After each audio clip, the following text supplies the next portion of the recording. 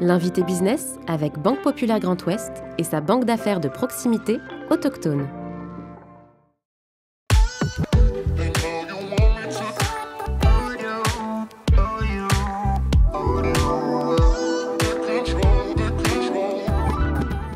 Bonjour Clément. Merci beaucoup d'avoir accepté notre invitation dans le fauteuil de l'invité business.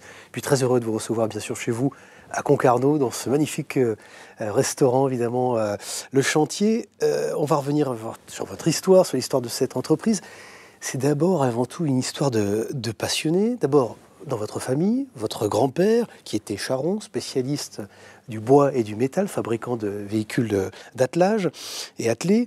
Votre parrain qui est carrossier. Est-ce qu'il fallait que ça se termine forcément pour vous autour d'un châssis et de 4 roues? L'histoire n'était pas écrite comme ça, mais en tout cas elle se finit comme ça. C'est une belle histoire, j'en suis très fier. À 50 ans, je me permets de le préciser, oui. Vous décidez-vous de passer le cap. Vous êtes nantais d'origine, pour parler de votre pédigré. Vous avez une longue expérience dans le commerce, notamment dans une entreprise qui vendait des photocopieurs à l'époque et de l'imprimerie.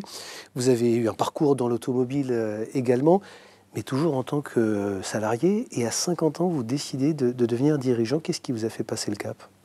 Alors en tant que salarié, oui, je vous le confirme. En tant que salarié dirigeant aussi, hein, c'est un élément important parce que mon parcours, je l'ai fait pour préparer ce projet entrepreneurial. Donc j'ai essayé de construire l'ensemble de ma carrière pour être le mieux préparé possible à un projet de reprise. Et puis, je ne sais pas si c'est de la chance, il y en a certainement un peu, mais il faut aussi la provoquer. Finalement, ce parcours m'amène à la reprise de Glénan Concept Car, qui réunit en fait finalement beaucoup de mes expériences précédentes, aussi bien dans la distribution, dans le retail automobile, dans la relation avec les constructeurs, dans la gestion de marque aussi, que j'ai pu avoir dans l'activité de travaux publics et la gestion de la marque Case. Donc en fait, cet ensemble-là m'a permis d'être le mieux préparé possible. Et puis, c'est un choix de vie. C'est d'aller, je le dis souvent, au bout de ses rêves et de sa volonté et de tenter sa chance. Les conditions de ces marins pêcheurs, nous, en tant que terriens et païens, clairement, sur ces questions, on ne soupçonne pas la difficulté de ces métiers qui sont considérés parfois comme les plus dangereux au monde. Comment elles évoluent, ces conditions? 6 semaines de campagne, des vents à plus de 100 km à l'heure, par gros temps, on pêche par gros temps. Comment elles évoluent? Comment vous allez continuer On évite de pêcher par gros temps. Mais en général, on est à la cape. Non, on évite pour la sécurité des marins. Non, mais les progrès technologiques aujourd'hui font qu'effectivement, un bateau, le dernier bateau qu'on a construit en 2018, qui est sorti de l'eau, qui est allé sur l'eau en 2018, il y a un sauna, il y a une salle de sport, il y a une salle de cinéma, on essaye d'apporter tout le confort qu'on peut retrouver. Les conditions de travail, effectivement, les marins-pêcheurs partent entre 40 et 60 jours en mer, ont un mois de période de repos, et on essaye d'organiser avec eux, même si nos marins sont en CDI aujourd'hui, de faire des rotations d'équipage. Donc, le problème aujourd'hui, c'est de recruter le maximum de marins pour pouvoir faire ces rotations le plus facilement possible. Il y avait quelque chose peut-être de l'ordre de la destinée, justement, de poursuivre cette aventure familiale? Ouais, très clairement. Très clairement. Alors, on est une fratrie de 3 frères, moi je suis l'aîné. Alors c'est un peu la caricature, c'est l'aîné qui reprend la suite, mais le fait est qu'on travaille, donc les 3 frères dans l'entreprise, et on est très complémentaires. Et c'est vrai que moi je me suis toujours vu à la tête de l'entreprise, je me suis toujours vu mon propre patron, déjà. Et ensuite, la réflexion a fait que j'ai vu une vraie opportunité de reprendre l'entreprise familiale. La tech qu'on évoquait, vous l'envisagez uniquement quand elle est utile, quand elle est au service de ces transitions. Est-ce qu'aujourd'hui vous vous dites finalement, on n'a plus beaucoup le temps? Quand on regarde les scénarios posés par le GIEC, par l'ADEME, et je sais que vous y êtes particulièrement attaché, est-ce que vous vous dites finalement, on n'a plus le temps? Et est-ce que vous êtes un homme pressé, Vincent Bedouin? Alors c'est sûr qu'on n'a plus le temps. On ne peut pas rentrer jusqu'à dire que c'est déjà trop tard, mais on va devoir s'adapter. Le monde que l'on connaît aujourd'hui va évoluer, donc c'est fini. Maintenant, c'est quel va être le futur. Et bien sûr qu'on a une responsabilité énorme. Les générations d'avant aussi. Maintenant, c'est nous, en tant que décideurs, ou en tant que citoyens, on a cette responsabilité-là. Et forcément, quand on fait de l'électronique, il ne faut pas croire que ça n'a pas un impact sur l'environnement. Et donc, dans le positionnement de la Croix et dans la conviction qu'on porte, c'est que cet impact environnemental, il est acceptable seulement s'il permet d'avoir un impact positif, un effet de levier largement supérieur en résolution de problématiques environnementales que l'impact généré par la conception et la fabrication de ces équipements électroniques. Et oui, pressé, bien sûr. Mais ça dépassera ma génération. C'est l'enjeu pour moi de l'humanité désormais. Ouais. Qu'est-ce qu'ils vous ont laissé d'ailleurs comme mémoire, mais comme valeur aussi de travail, d'engagement, vos parents? Déjà, mon arrière-grand-père, c'est lui qui a construit l'immeuble. Et il y a eu plein de péripéties, mais surtout cette foi dans le métier d'épicier, vraiment avec un grand E, où les épices, les beaux produits ont vraiment ce fil conducteur où la belle matière première est respectée chez nous et savoir acheter, savoir sentir les bons produits, écouter les producteurs et acheter ce qu'il y a de plus beau. C'est ce qui fait la noblesse de votre métier, on le comprend bien, on le sent bien dans vos mots. Naître, grandir dans une famille de commerçants, c'est forcément... C'est pas simple. C'est pas simple, non, non. Pourquoi c'est pas simple? On vit magasin, on vit l'épicerie du matin au soir, du soir au matin. Moi, j'ai vécu au-dessus du magasin toute ma jeunesse. Mes enfants ont un petit peu, mais moins que moi. Et en fait, on baigne dedans, on est toujours dedans. Et j'arrive à 60 ans et j'ai toujours vécu qu'avec le magasin. Savoir s'en échapper, mais surtout revenir vite, ça c'est trop drôle.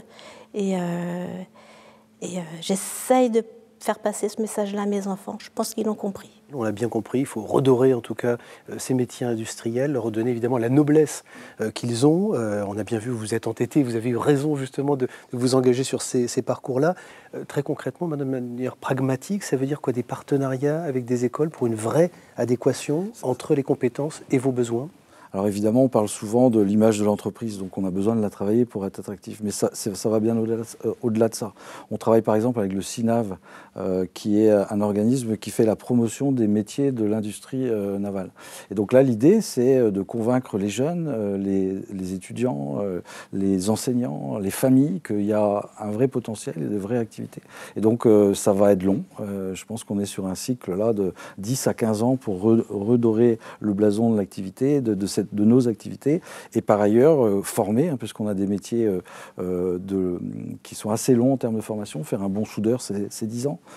Mais avant, il ne faut pas oublier qu'il faut l'inciter à venir travailler chez nous, lui donner envie, développer l'image de l'entreprise et de l'écosystème. Et donc ça, c'est un travail de longue haleine et on s'y emploie, en particulier avec le CINAV. Ça veut dire aussi, Vincent Faujour, peut-être réduire la pénibilité de ces métiers. Est-ce qu'on arrive justement à sortir de cette image de métiers complexes, durs, dans des environnements qui sont difficiles à supporter? Est-ce que cette industrie 5.0 ou 4.0, elle existe ou c'est encore un mythe?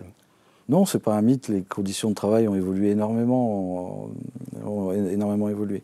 Malgré tout, ça reste un travail difficile. Il y a des gens qui travaillent à l'extérieur. Tous nos bateaux ne sont pas forcément dans un hangar ou dans un atelier. On les aperçoit d'ici. On les aperçoit d'ici. Donc on peut mesurer. Alors aujourd'hui, il fait beau. Donc c'est des conditions parfaites. Mais il y a quelques jours, c'était compliqué. On a été amené à arrêter la production une journée la semaine passée du fait de la tempête. Donc les conditions sont assez difficiles, mais c'est malgré tout attrayant. Et aujourd'hui, on voit même qu'on arrive à féminiser la profession. Et ça, moi, je m'en réjouis. Et on a d'excellentes soudeuses et autres. Donc on fait en sorte d'améliorer les conditions de travail pour que ça soit attractif pour tout le monde. Mieux répondre justement aux besoins de chaque agriculteur. C'est le sens aussi justement de ce rapprochement. Qu'est-ce qu'ils attendent de vous aujourd'hui, ces agriculteurs? On a 18 500 agriculteurs environ aujourd'hui, et je pense qu'on a 18 500 modèles d'agriculture différents dans leur esprit. Alors évidemment, le chiffre est un peu excessif dit comme ça, mais on a vraiment une très grande diversité d'agriculteurs. Et effectivement, il faut essayer de s'approcher de l'accompagnement du projet de chacun. Clairement, le plus simple à voir, c'est que les jeunes qui s'installent n'ont absolument pas du tout les mêmes attentes, les mêmes souhaits, les mêmes projets que les plus anciens dont ils ont repris l'exploitation. Et effectivement, il faut savoir répondre à ces besoins-là, comme continuer d'accompagner les plus anciens.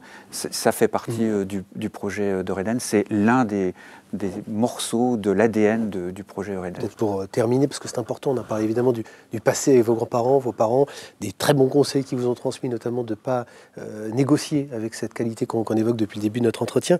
Qu'est-ce que vous avez envie d'incarner, vous? C'est une dimension commerciale aussi, eu égard à votre formation, vos études, vous aviez envie de garantir la pérennité de cette aventure à travers cette dimension commerciale et de développement de Gonidec? Ouais, je pense que ma première motivation, c'était vraiment dans l'innovation. C'était vraiment d'innover, voilà, de rechercher quelque chose d'autre, d'améliorer, de partir avec une variété de recettes qui effectivement n'a plus rien à voir avec celle que pouvait avoir mon père. Mais vous êtes dans le laboratoire tous les jours, il y a vraiment une notion de cuisine. Il y a une notion de cuisine, il y a une notion de recherche, il y a une notion de sourcing aussi. Je voyage souvent et justement j'aime bien aller chercher, que ce soit dans des salons ou ailleurs, des saveurs nouvelles, des nouveaux produits, des nouveaux composants, d'essayer d'avancer. Et puis il y a le mix de produits parce que quand on regarde bien, il y a des choses aujourd'hui qu'on ne fait plus.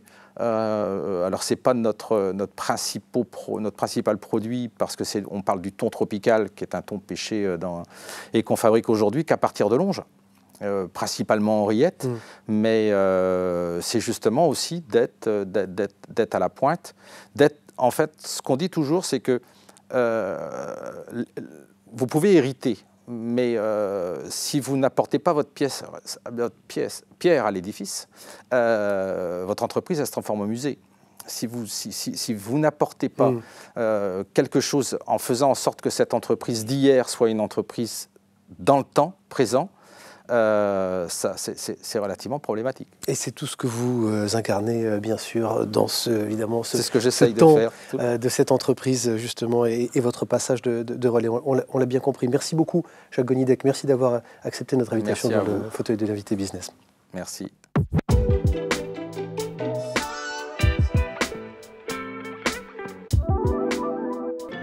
L'invité business avec Banque Populaire Grand Ouest et sa banque d'affaires de proximité autochtone.